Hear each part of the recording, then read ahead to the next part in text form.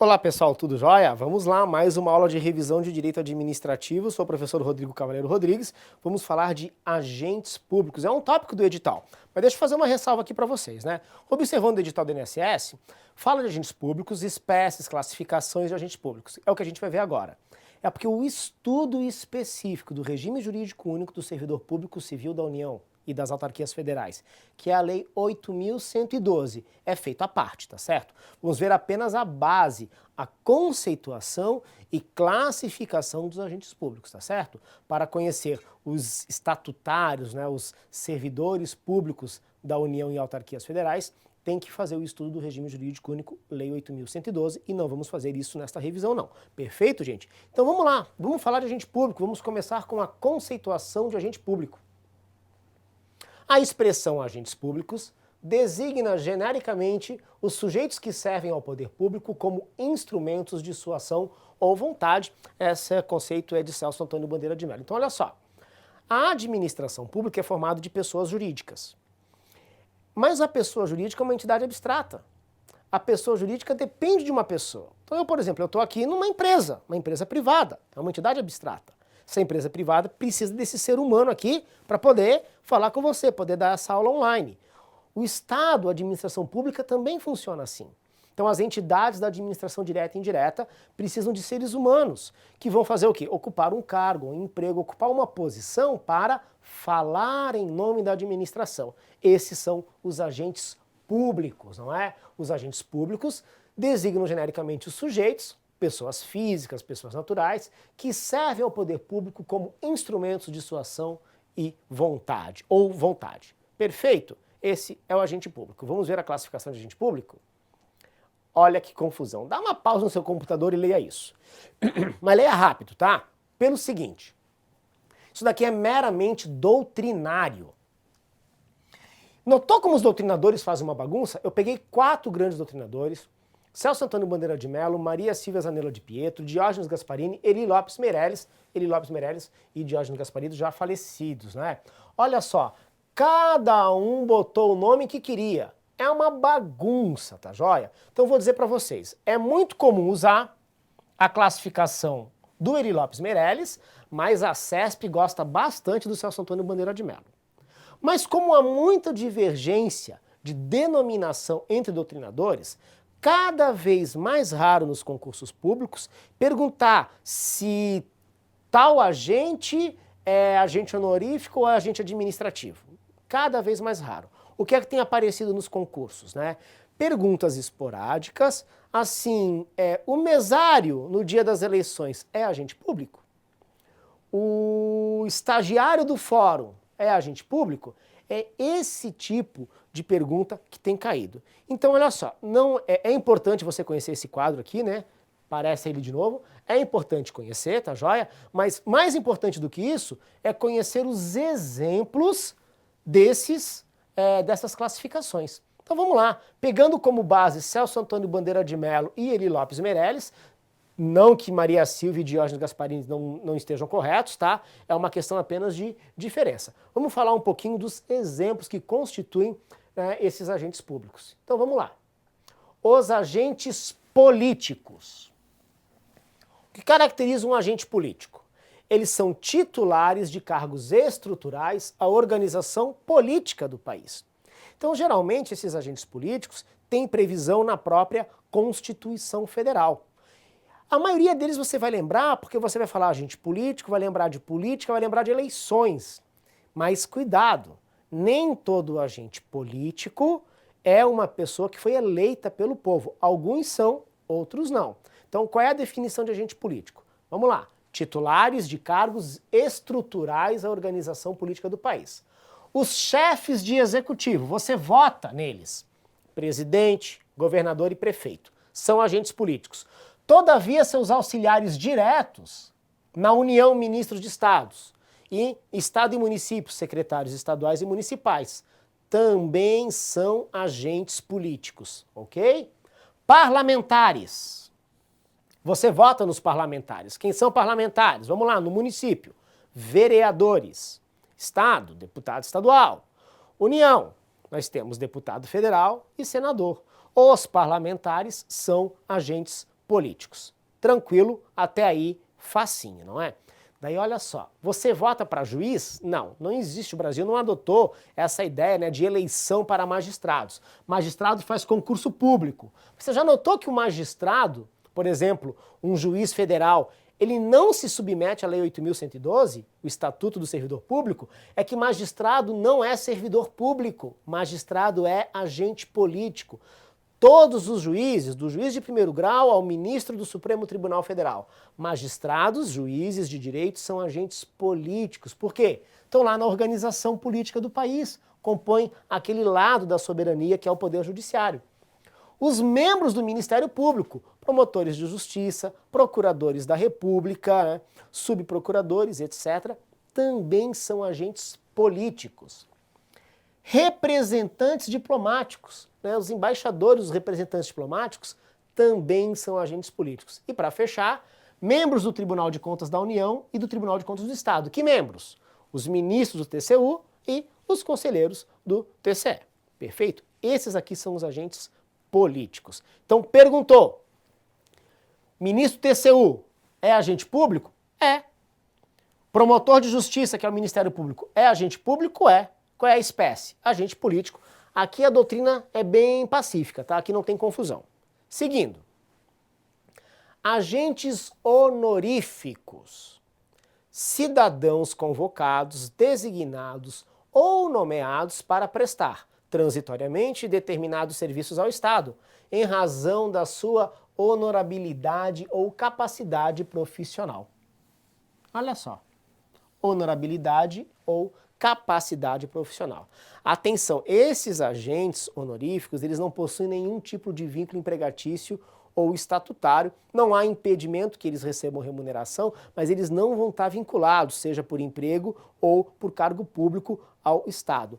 Exemplo de um agente honorífico. Coloquei aqui, né, o Conselho da República. O Conselho da República é formado por vários agentes políticos, mas parte do Conselho da República é formado por cidadãos escolhidos em razão do quê? Em razão da sua honorabilidade ou capacidade profissional. Quer um outro exemplo de agente honorífico? Você sabe, né, que daqui a poucos meses vai entrar em vigor um novo Código de Processo Civil.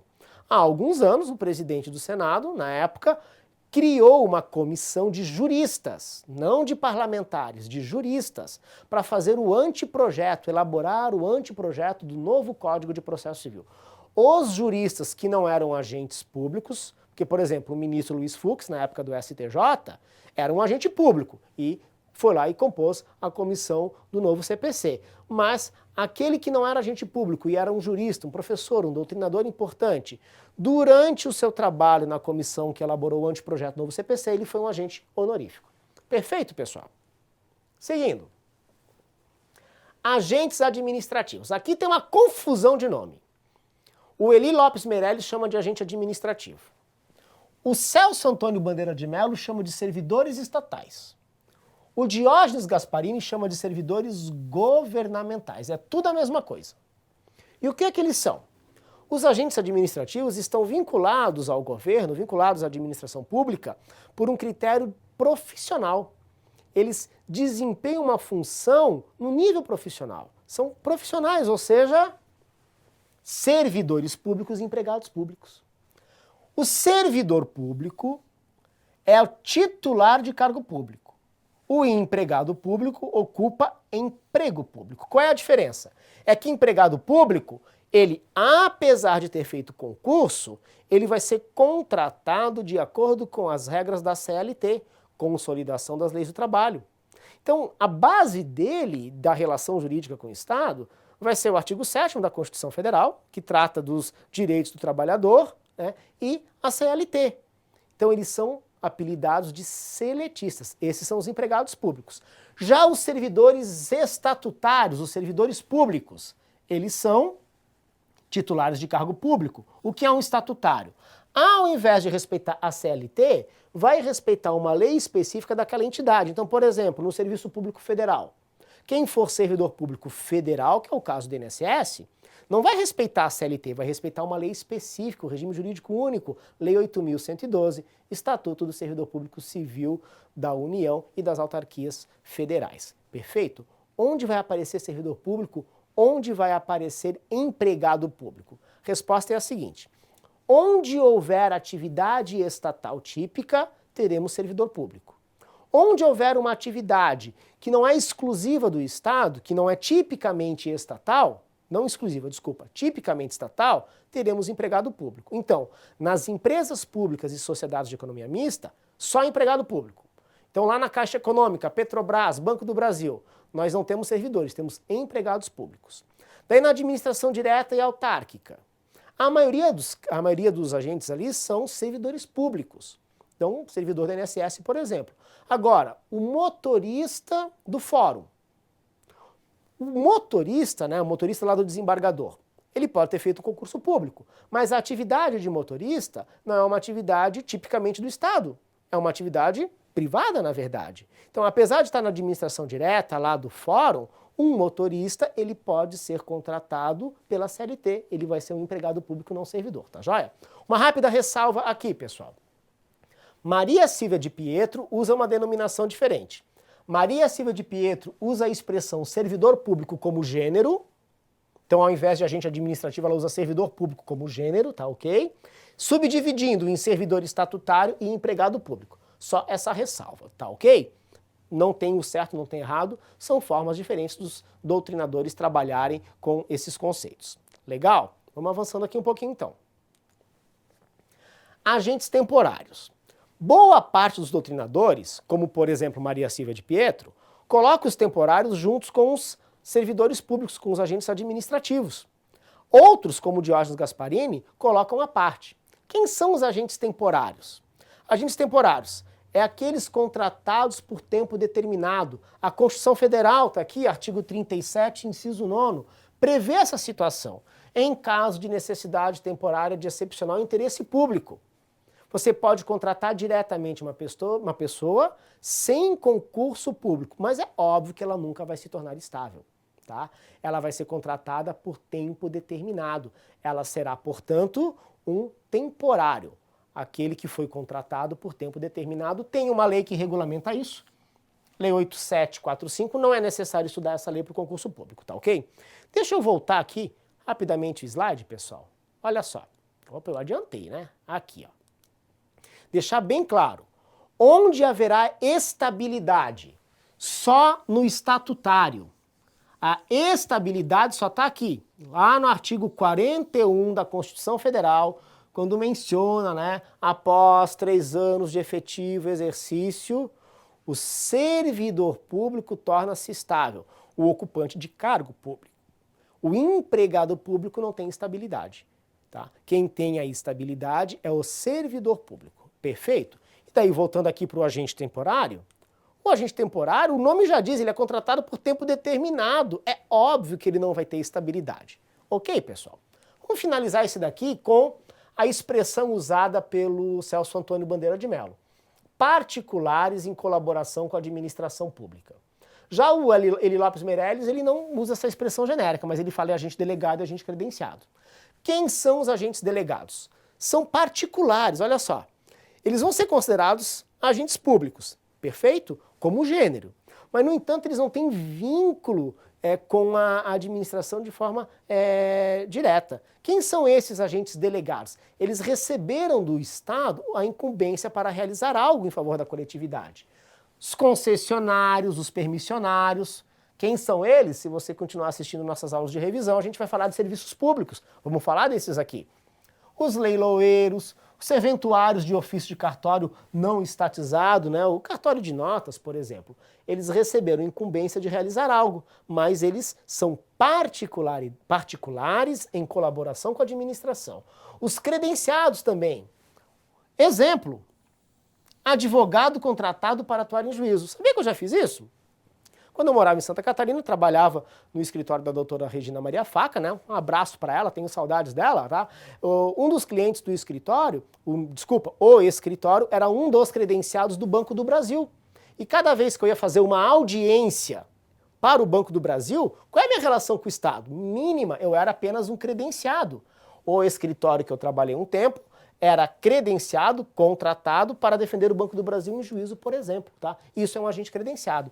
E por fim, os requisitados, isso daqui é uma expressão do Celso Antônio Bandeira de Mello, exemplo, jurados do Tribunal do Júri, mesários nas eleições, tá ok? Então, o que é importante aqui? Lembrar quais são os exemplos de agentes públicos, isso tem sido exigido nos concursos, especialmente nos da CESP. Perfeito, gente? Grande abraço, até a nossa próxima aula de revisão. Tchau, tchau.